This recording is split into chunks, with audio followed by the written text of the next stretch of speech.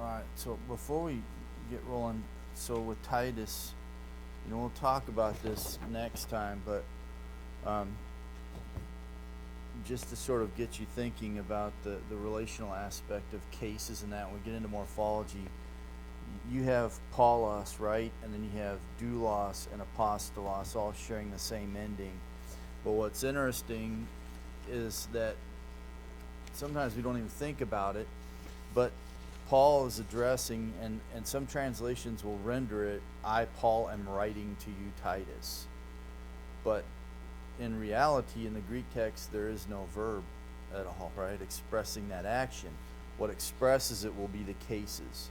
So Paul is in the nominative case. He is the doer of the action implied by the statements that come in the salutation, and then Titus is in the dative case. He is the object or the recipient of the letter. So just as you think through these connections of these terms and that, just sort of think about that. But that's sort of the beauty of the cases, and looking at the different parts of how they're put together, that even the relationship of cases can express action without there being action in a sense of a verb form, like apostolos, right? It's a sent one. There is action involved in that term, right? So what it does is that this will factor in your deciding when he talks about an apostle of Jesus Christ. Is Jesus Christ the doer of the action? Is he the object of the action? Is it possessive, right? So then you start talking about what kind of genitive is Jesus Christ, right? Because it is in the genitive case, but how is it being used?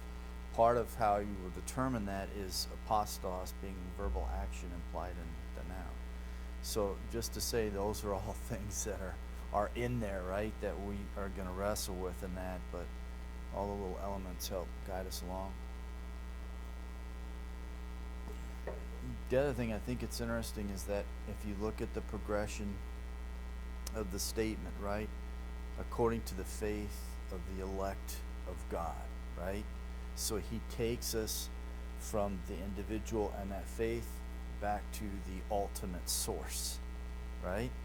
So just those kinds of movements, just to say those are the kinds of movements we're looking for. And when you then start thinking about the rest of the letter, the great thing about the letters is the salutation tells you much about what's going to be dealt with in the rest of that letter. So whatever connections are being made there will be made all the way through the letter. So we'll talk about more of the complexity of the argument that he makes in the intro, but just to say that's, if you want to start thinking down those lines, and we'll start discussing those things more as we get into morphology aspect. So, all right, so let's get into, so I'm going to add this. This, will, like I say, will be added to part 2, but it's not in your notes now, but so just sort of let this sit.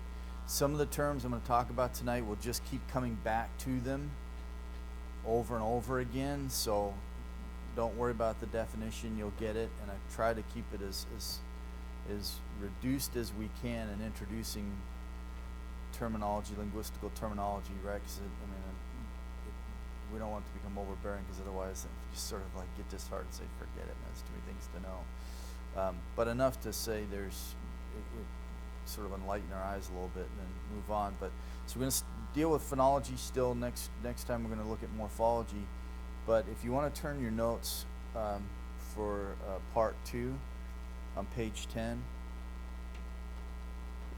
because we're going to go back and look at these things again. So if you want to have that open and ready, we'll head back there, because I want to talk a little bit more about the vowels and the diphthongs and that kind of thing. But we've already talked about the fact that phonology isn't only concerned with sounds, but with sound system, right? It's the sounds, but then there are things that reflect that sound, and the letters are just symbols that help give some shape to the sound that's being made with the mouth. And we've sort of already attempted to describe the process of the sounds that are being made, which make up the language. And we're just going to keep building on that. So tonight we're going to talk about some changes that happen. We'll give them the technical term for what they're called, but just so you know that they take place and then you're looking for it in the text. If we look at these elements like consonants and vowels, we look at them by themselves, these sound units independently don't have any meaning. They're really meaningless. The only one that really has significance to it is alpha, because you can have, it not only expresses a phonetic sound, right, but it also expresses meaning. So you can put alpha on the front of, prefix it to Delphus or Delphos, right?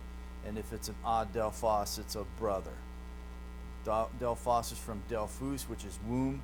You put the alpha on the front of it. It's a copulative in that case, so it talks about fellowship. So it is literally fellowship of the womb. So your brother is a fellowshipper of the womb, and that's what we are spiritually then. And so that's what it does, but it also can then negate. So it's two ways in which it brings meaning to it. But even in that case, though there's meaning with it, it depends on how it's attached to the word, right? So you can have it on the front of a word dealing with theos, right? Atheistic, atheos, right? Or anti, that kind of thing. So you can positive, negative aspect to it, but really what helps determine that is what it's connected to. So even that, it may have some meaning of copulative or privative or negation, but that only really gets borne out when you prefix it to another set of, if you will, phonetic sounds. So in and of themselves, they don't mean anything. When we get to morphology, that's where we really get into meaning. Because when we start putting these sounds and these symbols together, and now we start having meaning and significance. So I wanted to introduce you to phonemes, because really that's what we've been talking about. This is the smallest unit, so we're going to build out from. So we're starting with the smallest unit of the language. We're going to move from phonetics to morphology, which is the bigger units, and then syntax, sentences, and so on to the bigger units, and that's sort of the mindset. So we know where the flow is going with this. But all languages has made up of organized sounds, every single one of them. They may not have a written form to it, but they all have organized sounds. And some weigh heavily on the pronunciation, that kind of thing. Some based on how you put those things together sound-wise is where the meaning comes from. But all other units of language, morphemes, words, sentences, paragraphs, discourses, are ultimately composed of different combinations or recombinations of sound, right? So we begin with phonemes, and then we're going to get to morphemes, and that's when we just start developing further and further. So then it's just the relationship of all of these things together. So when you look at paulos, apostolos, right, or paulos, doulos, apostolos, it's those endings and the connection that makes the connection, the relationship of all of those things together, right? And thus then we have meaning, and now we're interpreting and we're figuring out all that stuff, right? And that's the journey that we allow Scripture to take us on. It tells us where to go. We just follow the clues of the grammar and the language as it unfolds. So technically, the name of these units are phonemes, are just the smallest element of the language to express sound, and then we carry that over. Well, these are the symbols of. So a phoneme is a sound that the native speaker of language knows to be a meaningful part of that language, and that enables him or her to make distinctions between words. So we realize that even when we communicate with each other, if we pronounce something incorrectly, we have lack of understanding, right? So the pronunciation and the phonetics, the sound is very important. But when we talk about phonemes, it helps us to distinguish between what does this word mean and what does that word mean. So already we're starting to get into the realm of significance, right? But again, it isn't until these sound and these symbols for the sound are attached to other symbols of sound do we have meaning, but they help us to distinguish. So phonemes, when you have a native speaker of English language, the phoneme helps differentiate between Bill and Phil, right? The three letters of this are exactly the same. It all just depends on the beginning consonant. That changes the meaning, right? So phoneme, which the B and the F are, these are phonemes. They help sort of differentiate between this and that, right? So the same thing's going to happen in Greek. You're going to have the word bino and phino. For the most part, they're exactly the same when you look at them, and even as they sound, right? But when you look at the first part of bino, it's beta, and then you have phi. One means I go, and the other one is I shine. That's the word we get for manifestation and revelation. It's a part of that family of terminology. So phonemes help distinguish They are the distinguishing elements in words and help us then to discern then meaning as they're attached to other sounds and symbols or morphemes. So in Greek then we have kappa and chi, and they're both a part of the same grouping, right? Which are gutturals, right? One's a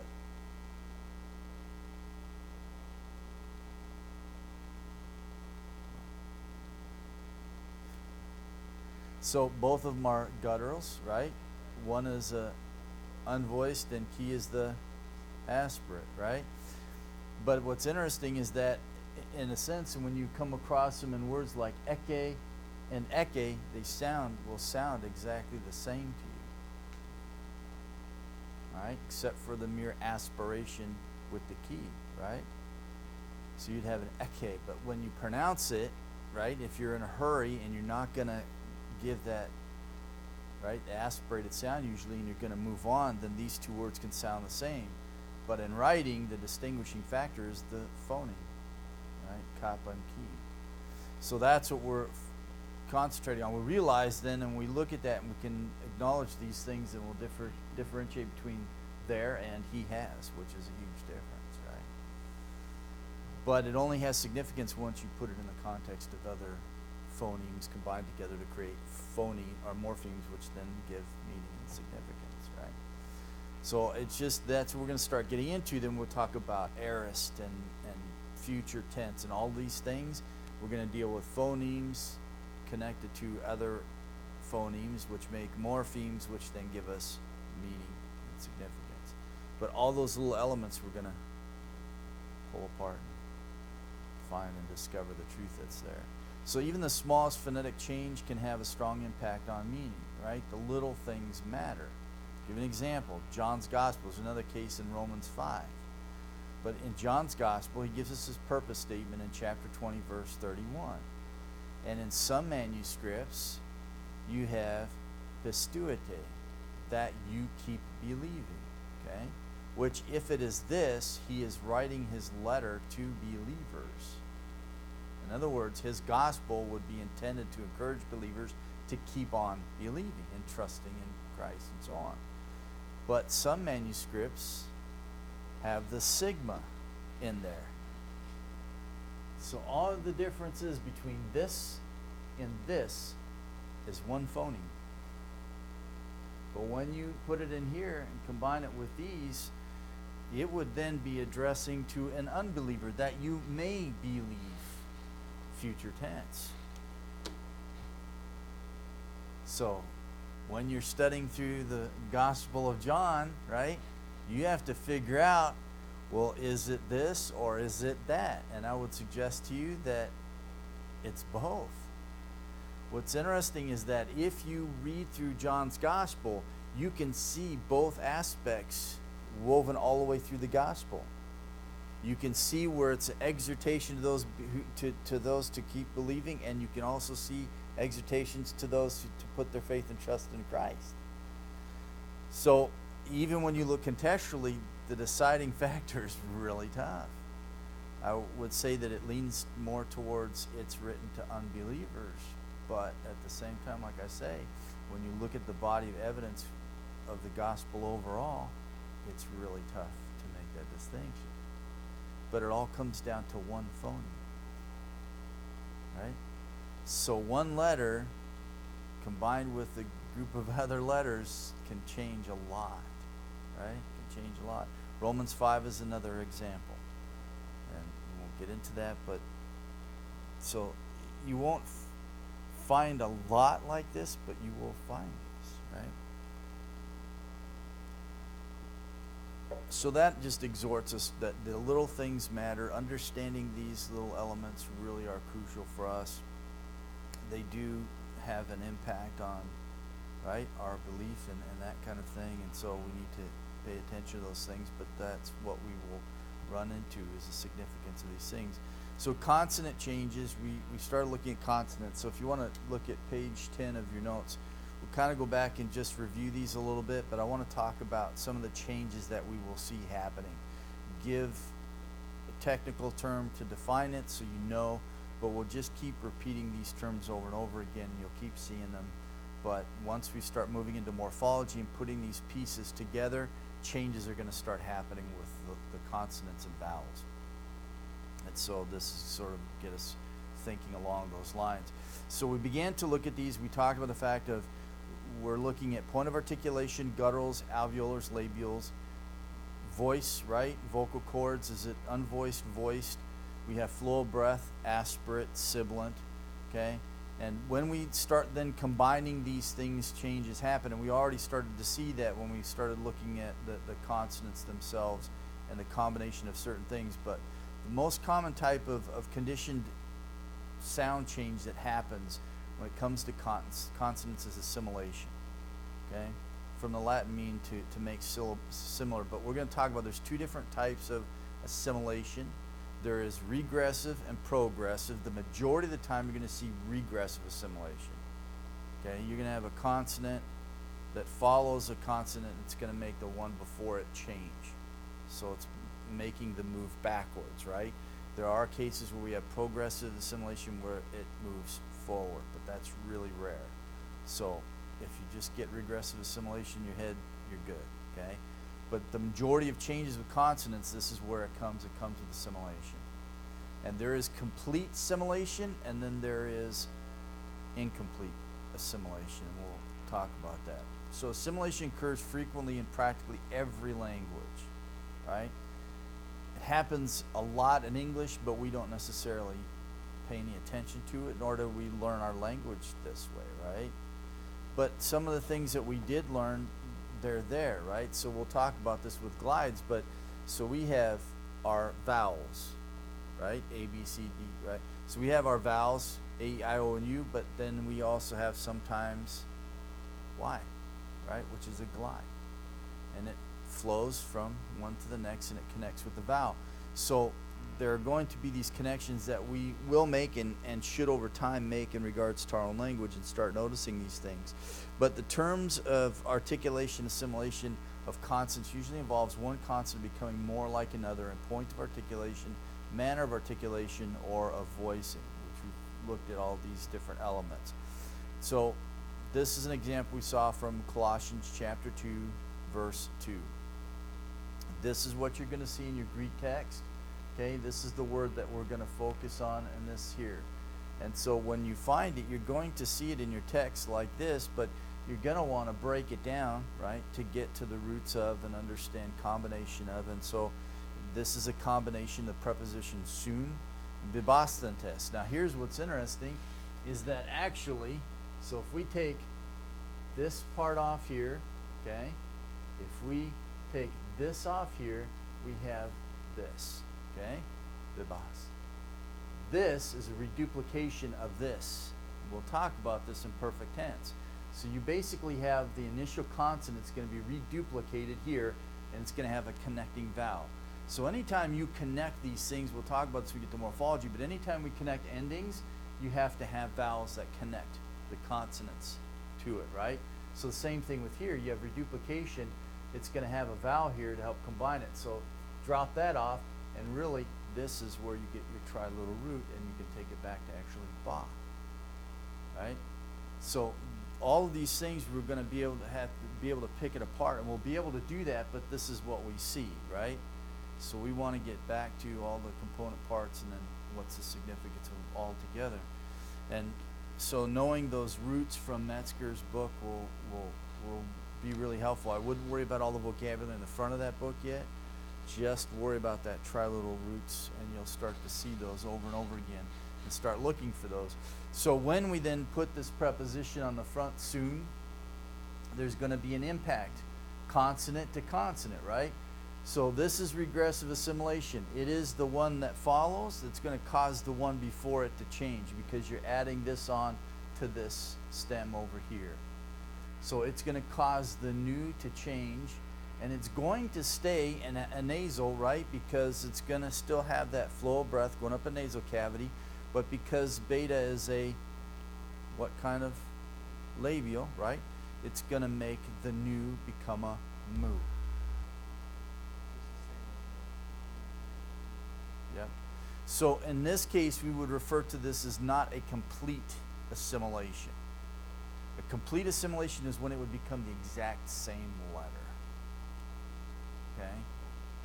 So this is assimilation, but it's not complete assimilation, but it is assimilation. There are elements in which it still retains, it's a nasal, but it becomes a labial nasal rather than an alveolar nasal, right?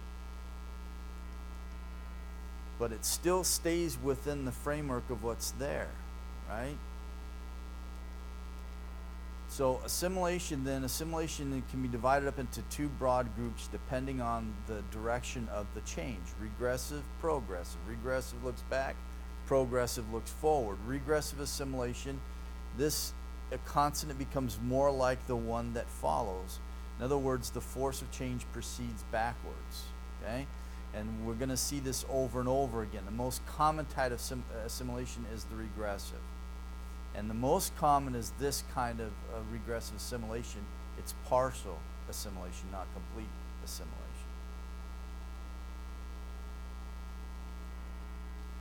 So the English, then, we saw this as an example. The word imperfect is a combination of the root perfect and then the prefix in, right? But because the one begins with a P, it's going to cause the other letter to change. So the change of the N, an alveolar nasal, to a M, which is a bilabial nasal, it's conditioned by the P imperfect, right? And it causes that which is before to change. So that's the fact then that the nu or the N shifts its point of articulation, contact, right? Because is labial, it makes the N become that. It's just easier to say, right? So we see then that it's just the convenience of the language and the speech that makes it happen. So if you carry this over and we start looking at morphology, you can have umpteen lists of paradigms of forms and changes that happen, or you just look for key things, right, and know, right, the changes that take place, and then you don't have to worry about it. So thence we then have imperfect or implant. It is to plant something in, right? But because one is a labial, it causes the other one to become a labial. And again, it's a partial. Now, an example that we have of assimilation in Greek in which it is complete assimilation is when you combine the preposition in and meno. I abide in meno. The mu, being a labial nasal, causes the nu, which is an alveolar nasal, causes it to change to a labial, but it becomes the exact same letter. So in your Greek text, you will see meno. But then you will know, I can pull this apart, and these are two different words, right? And then what you want to do then when you deal with that, because you have the first one, it's prefixed with a preposition. That preposition oftentimes brings meaning to the secondary word, right? And you want to be able to figure out what the significance of that meaning is in doing that. So you need to be able to see that there's two different words there.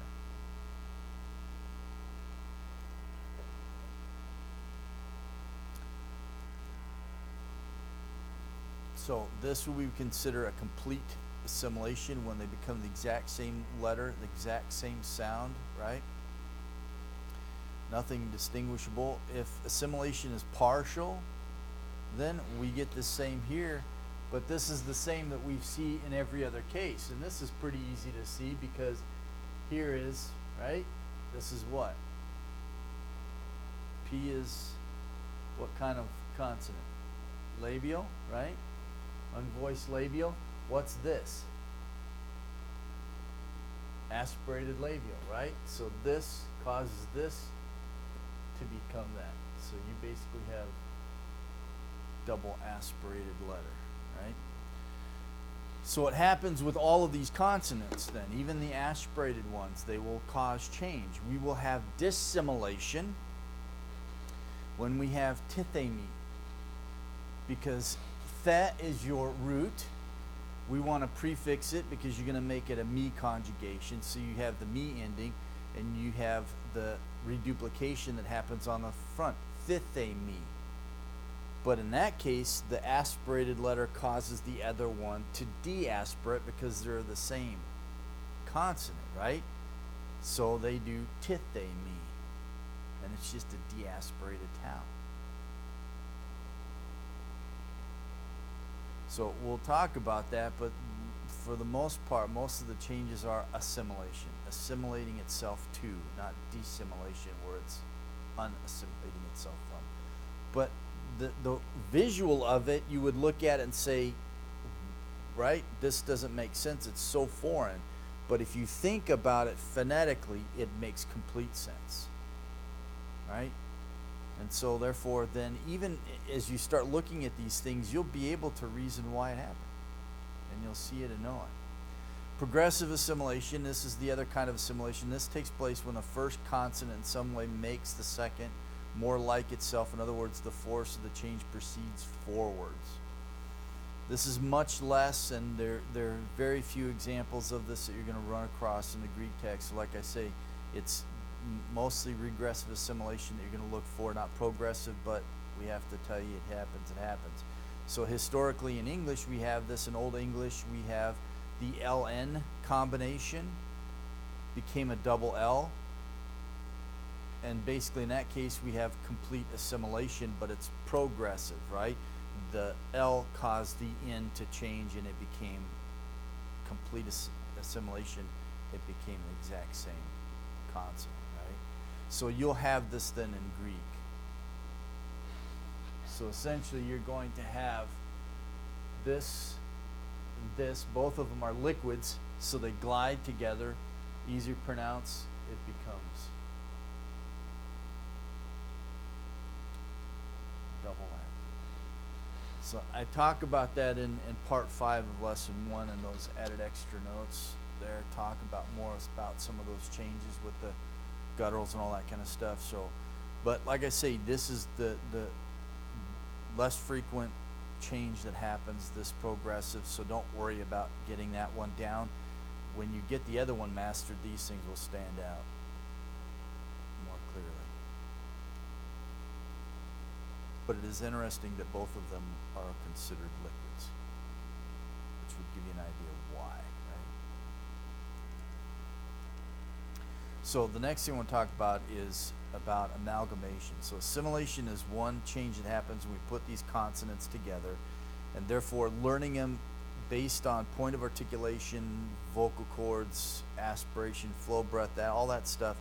It's important for us to know that, because that explains and makes sense for us the changes that happen to the terms. If we just learn the alphabet from the traditional way, then none of this stuff makes any sense, right? I mean, it's just sort of, you just memorize the change rather than how and know why it changed.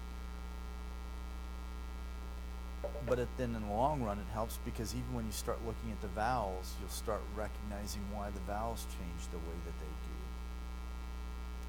So all of this just carries over. It's much easier with the consonants, but you'll see the same principles will play out with the vowel sounds.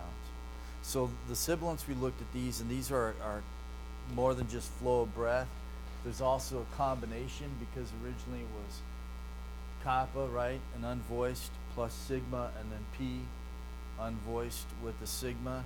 And then these symbols became used in reference to any time you had a kappa gamma key followed by a sigma, they combined together and became xi. So when we write it out, if ever you had an ending like sata, aorist tense, right, you put that on into sigma, and the gamma will combine, and it will be xi combination. And so basically you know then that there are 2 points of articulation being spoken at the same time, right? And so what they did was just they amalgamated the 2 symbols, they combined it together because it's being pronounced together that way. So amalgamation is another one of the linguistical terms we'll learn. It changes in consonants are sometimes brought about when a word inflects, whether the declension or a noun or a conjugation of a verb. So this is going to carry over for nouns and verbs, okay? So just, this is why we're introducing it now, and then we will keep coming to it as we walk through these other parts. But we're just going to keep seeing this then play out. This is why, for me, walking back and redoing all this stuff, the first lesson is the important part, because these are the pieces that will constantly be coming back at us, and the principles and the rules are here. And that's why I think I'm going to spend time on accents too, just because that stuff's going to just carry all the way across the board. So the case of amalgamation is said to occur. Example of this is when P beta and Phi amalgamate with following sigma, they form a double consonant, psi. So when we find our terms in the Greek text, thebo, if we have aorist, now this is a sigma alpha right here, okay? But you combine a beta with a sigma, right? It amalgamates and it becomes ps. And so basically, this is going to be your stem. So if we have sigma plus kappa gamma chi, they amalgamate with the sigma to form a double consonant, xi, and then we see this in arco and arxo. And this is future, right?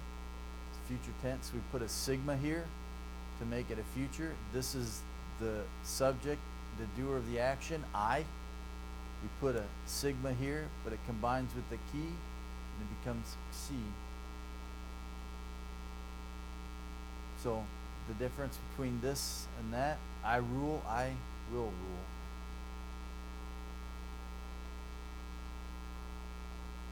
So we have one phoneme combined with another phoneme, right?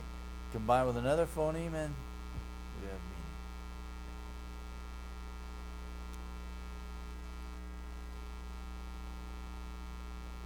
So here's Ephesians 1:4. Katos, just as he chose us in him in auto. Pra katabales, before the foundation, kosmu, before the foundation of the world. Now, I always pronounce this kosmu, cosmos. So it's a sigma, kosmu, cosmos. But actually in the time of Christ, it was beginning to be pronounced like a z, zeta. And so actually there are some inscriptions during the time of, dating back to the time of Christ, where it's actually a zeta in the place of the sigma. So it started to change in its. So I say it, cosmu, cosmos, right? It's in my head, but so here is our word right here, right? So this is aorist, okay? And we're going to take, this is a preposition ek prefixed onto this. And because this is prefixed onto this right here, which is our stem, it needs a connecting vowel that's going to come between here. But here is what we'll get back to, but this is where our connection is. Our triliteral root is leg. Okay? Everything is built around this here. But once I put the sigma alpha and connect it to this, these two things amalgamate, and that's the symbol I see. So you'll find that then you'll have to learn your vocabulary, learn the roots, right, and know, because it can be a kappa, sigma, chi, sigma, right, gamma, sigma. But knowing that, at least you have, well, there's only 3 possible endings, right, to get back to it. But as you learn vocabulary over time, more of those things will just, I don't know what it's like. Right? And then you'll see this form actually quite a bit in Paul's writing, so you can just get the hang of that word and become familiar to you. So finally then we have alveolars, tau, delta, theta, and this is where it becomes really interesting because there's some things that happen. So we go back to the aspirated form, right? So page 10 of our notes on part 2. Aspirates are a combination of what? Kappa, right? Unvoiced, and ha, right? The aspirated sound. Or tau, alveolar, unvoiced, plus aspirate, ha, right? So it's ka-ha, ta-ha, and then P for our labials, unvoiced, plus aspiration is pa-ha, okay? So keep that in mind, right? Because we're going to then prefix this word meta, okay? And we're going to add it to this word here, histemi, that has already rough breathing. This used to be systemi, But remember, they don't like the S's, so they started dropping them off. This is a case in which they dropped off the initial sigma, and to indicate it was lost, it became aspirated, the iota, histemi, which is systemi. The triliteral root is this right here, sta. Now, all this stuff you guys will do in time. You'll be able to pick it apart. But this is really cool. So we're going to drop this, and essentially this is a preposition, meta, and we're going to add it onto histemi. And this is what it becomes. Why? Because tau plus aspiration becomes what? Taha. Thus, the symbol to reflect that combination of unvoiced plus aspiration. So this is what you're going to find in your Greek text. Methistemi.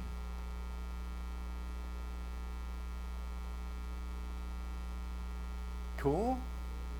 So you could have variants of this, lists upon lists of memorizing all the different changes, and you would think about all the words you'd have to memorize of all the different changes that they go through, when if you just know your consonants properly, point of articulation, right? And we'll learn more principles in regards to adding things together and that, but just you start to see this happening, right?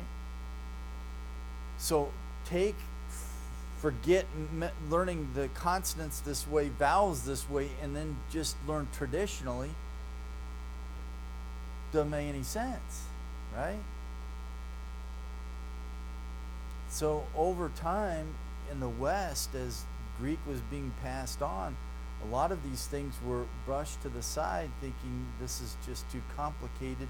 Let's get it as close to English because there's such a similarity with English. Let's get it as close to that as possible. But then you end up westernizing the Greek language, even the traditional pronunciation. It's suggested that it goes back to the classical period, but likely it isn't even from then. It's just an accepted thing that everyone is utilizing, but it's more of a Western influence than it is the original, because if you listen to contemporary Greek, it's nothing like anything that we would suggest in its pronunciation, which would make you sort of suspect that the traditional way of learning how to pronounce the alphabet isn't the classical period at all, which is before the Koine period anyway, right? And all that was changing. So all of these things then you will start to see. These things you will pick up and know.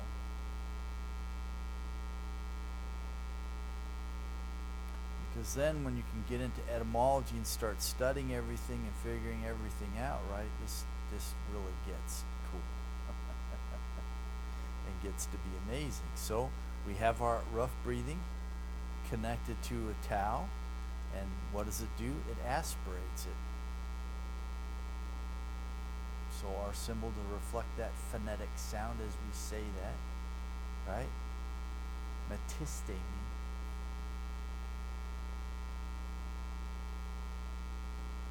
And this is actually original. So I was talking with a brother about this the other day.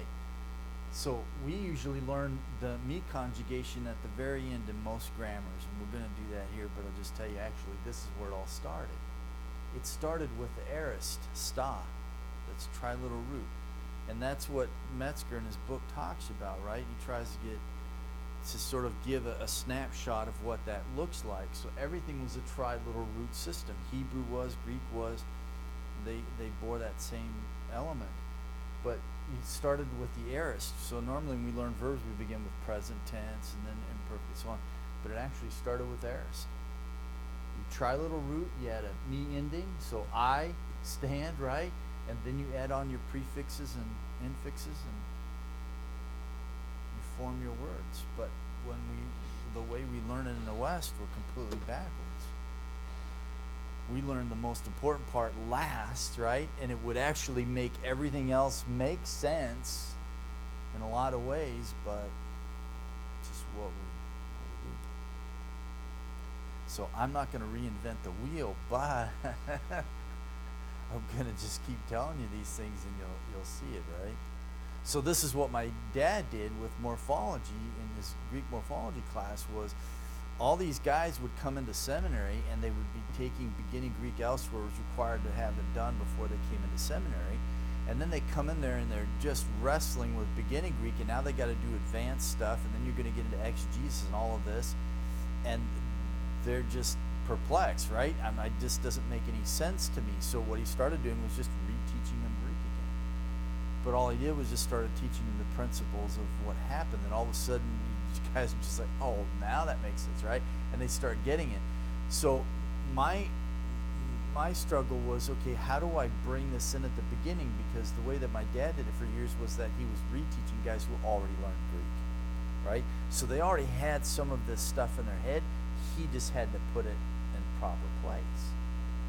But then my thinking is, how do I go back and do this from scratch and then start into it, right? So we're coming. You're guinea pigs. You're helping me figure this out, because and in one sense I'm trying to follow what my dad did, because I did that beginning Greek. I did it in the summer, 2 months, and I went right into advanced Greek at seminary, and on I went. But if he hadn't taught me some of the things that he taught me and then just left me to pick other pieces up, but all that stuff came, but he gave me the things that were important to go along. So if we take then before sigma, and we have a tau delta theta, they assimilate with the sigma, and originally becoming a double sigma, right? Because tau delta theta are alveolars. And every other one, the point of articulation is different from the sigma, right? So kappa, gamma, chi, we have guttural plus alveolar, x, x, x, right? So I can hit both points of articulation at the same time and make that sound. But when it came to tau, delta, and theta, they all share the same point of articulation with the sigma, and they just basically, they assimilated and became a sigma. And it was complete assimilation, right? So like I say with our English word pants, we blend the T and the S together. Well, essentially that's what they did. So then whenever they would attach something that had a sigma, right, like sata ending for eris, and you added on to something that had a tau delta theta, it would just become another sigma, and it would be complete assimilation. And then who needs a double sigma? So then the one just drops off. So we have in this case then spudo, which is I hasten, spare no effort. Spudazo, great word. 2 Timothy, you find it a lot. Spare no effort to present yourselves as a, right, proved workman who needs not to be ashamed. It's a good word, spudazo. Make every effort. Same used in Ephesians 4 about living out the Christian virtues and graces. Spare no effort. So if we make it then a future, right, sigma, delta in this case, it just assimilates, becomes double sigma, and it's spuso. So you're going to find this, right? You have zeta, which we said in the middle of words has a D, right? S sort of combination, delta sigma. So zo, right? But any other time you have a delta and a sigma, it's going to assimilate, become a sigma, and then we just have the sigma left over. Spuso. So this is what you're going to find in your Greek text. This is going to be your stem that you're going to look up in the dictionary, right? If you don't know the word already. This letter right here can be really tricky if you don't know that it assimilates to this one right here. Right? So again, assimilation is one of the main factors of change. Regressive assimilation, predominant, right? Even when it comes to these, we have assimilation across the board in so many different ways. Some partial assimilation, right? It's a nasal, but it's a labial nasal, so on. Or we have complete assimilation. In this case, it would be a complete assimilation. This tau delta and theta would just become another sigma.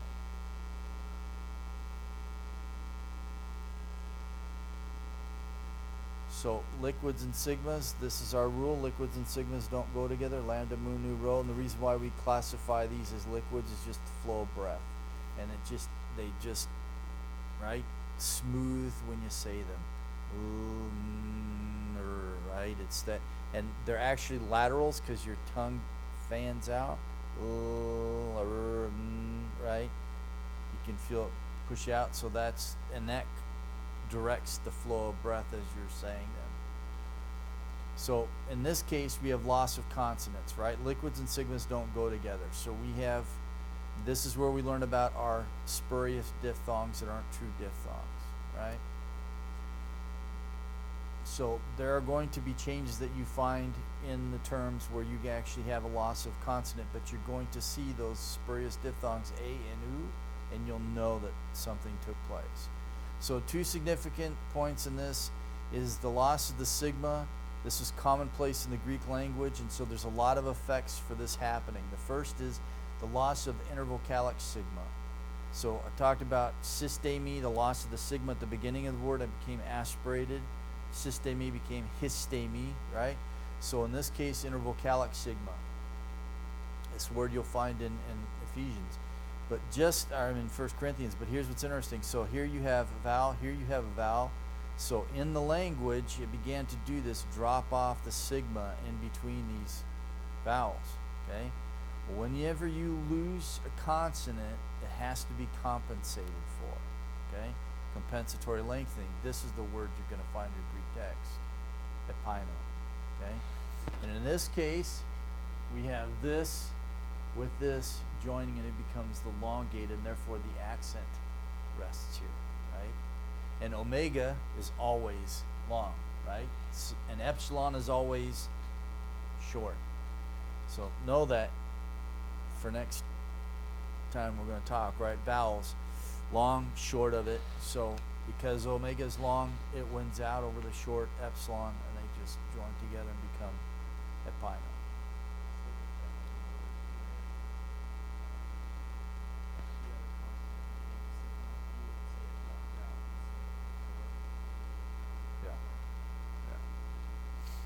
So you'll always see whenever you truly lose a letter, there has to be compensation for, right? So the other ones you had tau, delta, theta, it assimilated to sigma, it just became another sigma, double sigma, right? But then they're just combined together. We say dropped out, but initially it didn't because it's just a sigma, right? So then we just put one, and therefore, so phonetically when you say it, right? 1, 2, really doesn't matter, right? So in this case, this is what you'll find in your Greek text, but you're going to have to go back to this here. This one here is rare, but you will find intervocalic sigmas dropping out though, but that's a really rare word, that example there. So loss of sigma in relation to liquids then. This is another one that we find a lot of changes in, right? So here is our sigma attached to a word that ends with liquid, right? They don't go together. So one is going to drop out. In this case, it's going to be the sigma. Compensatory lengthening. This is our spurious diphthong. The only time you see a and u is because of compensation or contraction. Most grammars will tell you that it's a diphthong. They're not true diphthongs. They ceased to be long before the time of Christ. So whenever you see that something was lost, a consonant was lost, that vowel was lengthened. So same with this.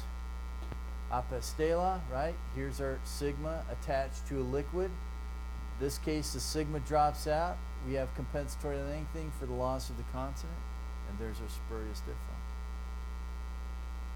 So when I see this over here in my Greek text, I know it was this.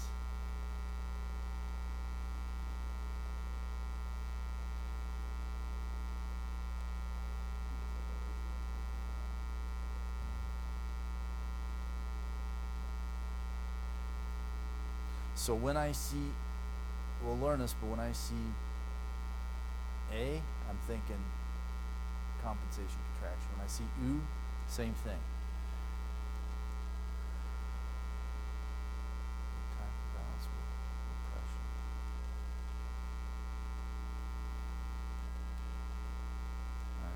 this. This is just review. Go back and look at it. So the main thing about with vowels, okay, and this is all in your notes so you can.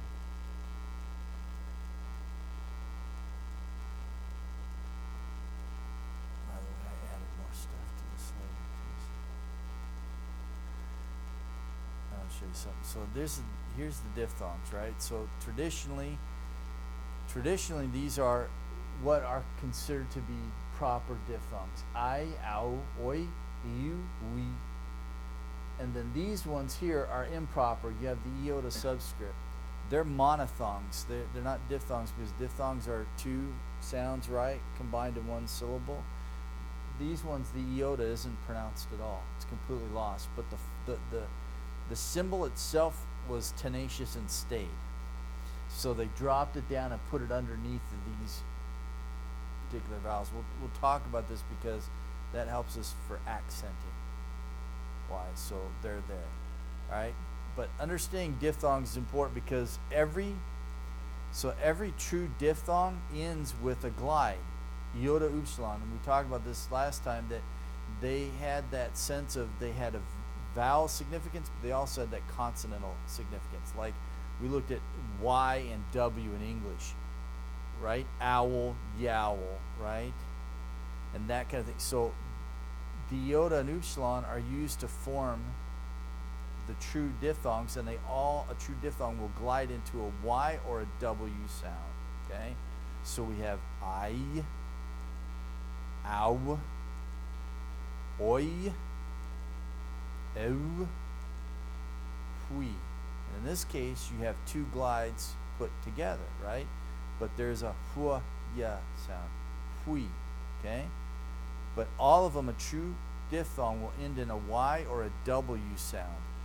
A and U don't do that, okay? So A and U are not true diphthongs. They cease to be before the time of Christ. When we find them are by compensation and contraction. So we don't learn them as being diphthongs, we'll call them spurious diphthongs, so we can just keep it that way. So we have proper diphthongs here, we have spurious diphthongs there, and then we have a case of improper diphthongs, and it's just two vowels, eta, omega put together, and so on. Don't worry about learning those. It's not going to affect you at all, right? So whenever we find these spurious diphthongs, A and U, by compensation and contraction.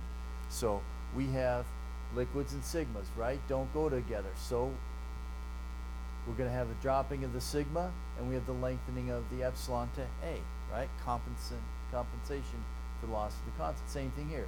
Sigma, liquid, sigma drops out, compensatory lengthening.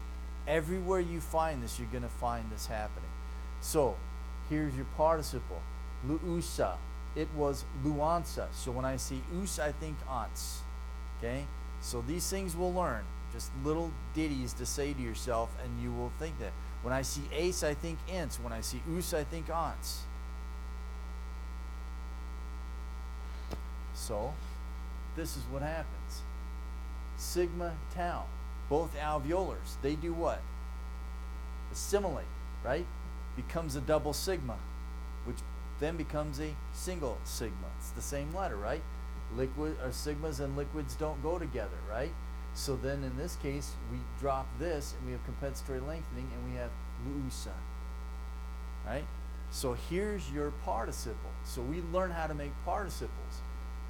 Antas, anti, anta. But here is uses, use, usan. But all it is just compensation, right? We have a sigma that attaches to the new tau, assimilation, liquids and sigmas don't go together, new drops out, compensatory lengthening, and we have luuses. But it's all new tau ending. So if I learn this, okay, present active participle, new tau tells me it's a present active participle. Well, it's the case in every one. Present active participle, right? Whether it's masculine, feminine, neuter, they all shared the same new tau. But with the feminine, because there's a sigma involved in the ending, the changes happen. So you carry around flashcards with lists. I did this, right? And guys do this in school. They carry around flashcards with all of these different forms, and they just memorize Luon, Luantas, Luanti, Luanta, Lucie, Lueses, and they just over and over and over and over and over. But if you learn how to make it, you don't have to learn all that stuff.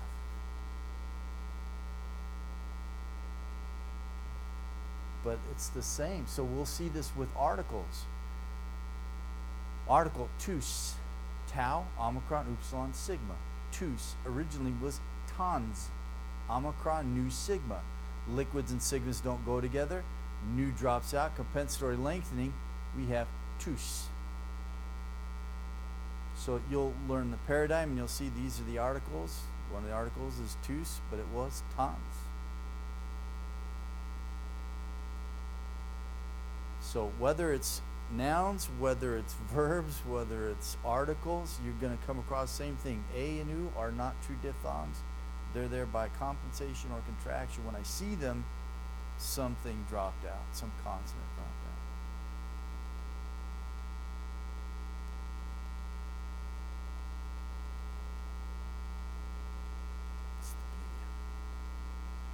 It's the beauty of it. All right, so next time we'll come back and we'll look at Titus. We'll start talking about syllables and breaking down the syllable. How do I read a word, do it that way, and we'll talk about accents and that kind of thing. But general rule of thumb for reading is just however many vowels and diphthongs there are, there's that many syllables in a word.